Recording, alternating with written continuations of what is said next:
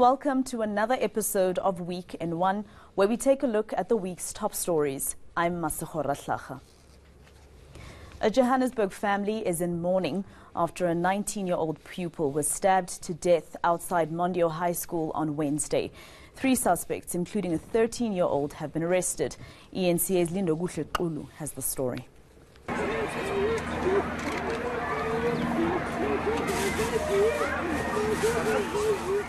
An unimaginable sight for any parent. This mother has just lost her only child.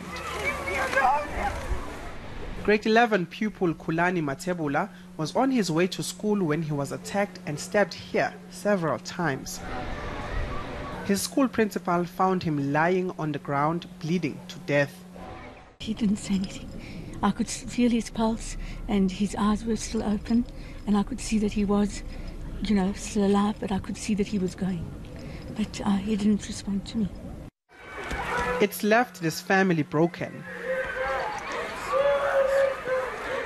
Kulani's uncle says the young man wanted to make a difference in the world. He wanted to be everything. He was so ambitious. Unfortunately, it had to come to this.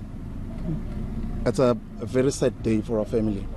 It's such a dark cloud that just came over our family. Did he have siblings?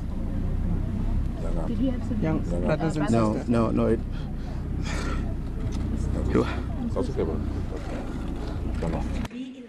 It's not just his family that feels the void. His emotional schoolmates were addressed by Gauteng Education MEC Banyazali Sufi. And I'm standing in front of you, boys and girls, to persuade you, to plead with you, to beg you. No revenge. No revenge. No revenge. Police have arrested a 13-year-old and are searching for 2 more suspects, believed to be minors. Lindokuhle Xulu, Johannesburg. The number of children carrying drugs and harmful weapons at Western Cape schools has spiked in the last 2 years, and gang violence is increasingly becoming a commonplace near institutions of learning.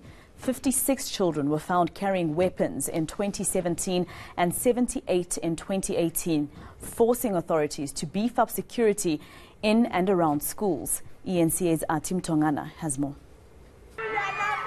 In 2017, 177 instances of drug possession were recorded at Western Cape schools.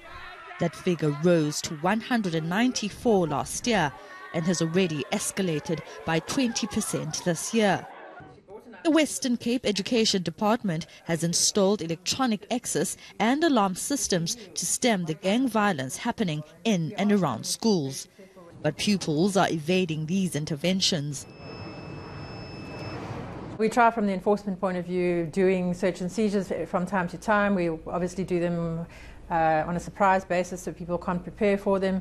But our learners are very innovative, and even if we have tried also having scanners, metal detectors, but we've even found problems with some of our learners and teachers who are scared to use those if there's gangsters involved. One psychologist says pupils model what they see at home and in their communities. We need to address the systemic issues, so we're looking at your unemployment and we're looking at poverty, because that's often what leads people we know into these types of circumstances. We have to understand though where this child's coming from. There needs to be counselling, not just for the victim and the victim's family, but for the perpetrators as well. For now, police and law enforcement agencies will continue conducting searches at schools, hoping to stem the violence. Atim Tongana, Cape Town. In response, Police Minister Bheki Cele has called for action. As South African police ourselves are worried with the situation that is happening at school, sometimes outside the school, as it happened in Limpopo. When you begin to arrest the 13-year-olds, it must be really worrying. And definitely that cannot be the police matter alone to arrest the 13 years. Maybe it needs to be asked, where are the parents? Where are other structures, social development, education itself? But having said that, as a South African police, we are trying We have a serious outreach to the young people of South Africa. Hence, we're having a school safety program. Hence, we're having a young people, young desk and all that. Because remember, they're at school, they are young, but besides, they still mix with young people outside. Charges have been withdrawn against one suspect in the Torisho Temane murder case. 2 other men have been granted bail. The trio in their 30s appeared in the Polokwane Magistrates Court on Tuesday. ENCA's Lindokuhle Xulu has the story. 2 suspects linked to the murder of Torisho Temane have been released on 1,000 rand bail each. In their affidavits, both men say the last time they saw Temane was when he was taken away by a group of young people who claim he had stolen a phone. The state has not opposed bail. Temane's family is unhappy with the progress of this case. My confidence is diminished because at first I did think we're gonna get justice for my brother's murder, but now you do get the sense of doubt and worrying as to whether the state is competent or not. Police Minister Bheki Cele had warned the SAPS to present a watertight case to the prosecutors, but now it seems that's fallen on deaf ears. ENCA tried to get answers from provincial police authorities, but we've been left with more questions than answers ourselves. 2 of them were released on bail and one of them even charges withdrawn. Surely this is not a reflection of what the minister has called for, but your reaction upon that? Well, the language that you're talking to say, this is basically what the minister had said. So the crux of the matter says here, you say you don't see the seriousness of the matter. But then it says to us that in the case we're in, there's nothing really very serious per se. The matter shall have to be taken in departmentally. So. The pair will appear in court on the 2nd of April, while the 7 minors also linked to this case are set to appear before a magistrate on Thursday. Lindokuhle Xulu, Polokwane. Comair, which operates British Airways and Kulula in South Africa, has grounded its Boeing 737 MAX 8 jet. The operator initially announced it would keep flying the aircraft, but changed its tune after concerns from customers and crew members. Meanwhile, Boeing has since grounded its entire global fleet of 737 MAX aircraft.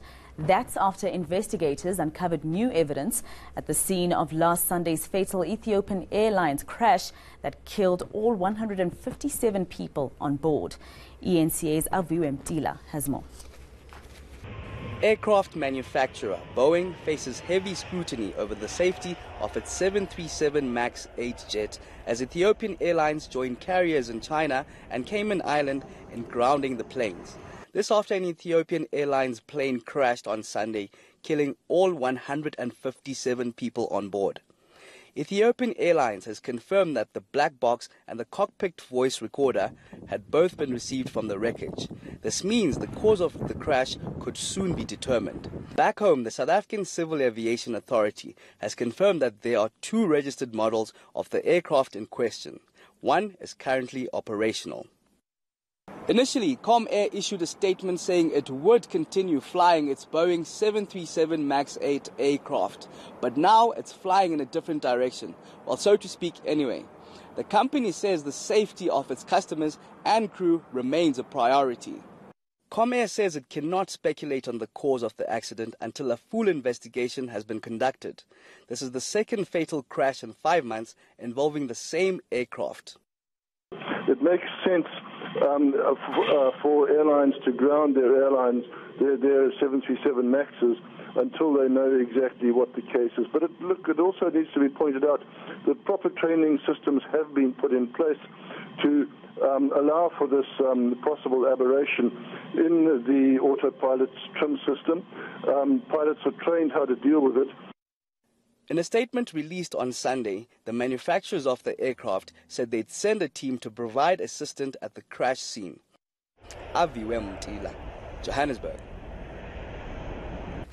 Soweto commuters are not happy. That's after Gauteng Transport MEC Ishmael Vadi announced he was shutting down 6 Soweto taxi routes and ranks for 3 months on Friday. He says his decision is the result of violence that's left 3 people dead. 2 rival taxi groups, Wata and Nanduwe, both claim they have rights to operate on the routes. Reporter Malungelo Boyi has the story. Taxi operations run as normal on this disputed route in Dube. But come Friday, no taxis will be allowed to operate here. That's because this route and several others, including Maketa Store, Western Jabavu, Mofolo Sizwe Taxi Rank, Kwamtetwa Stores Rank, Maketa Garage, Uncle Tom's Hall in Orlando West and Dube Station Taxi Rank, will be shut down from Friday until June 15th.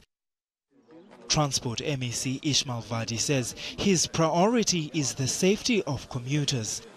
6 people have been injured in the recent violence. But commuters we spoke to say the decision to close the routes will leave them stranded.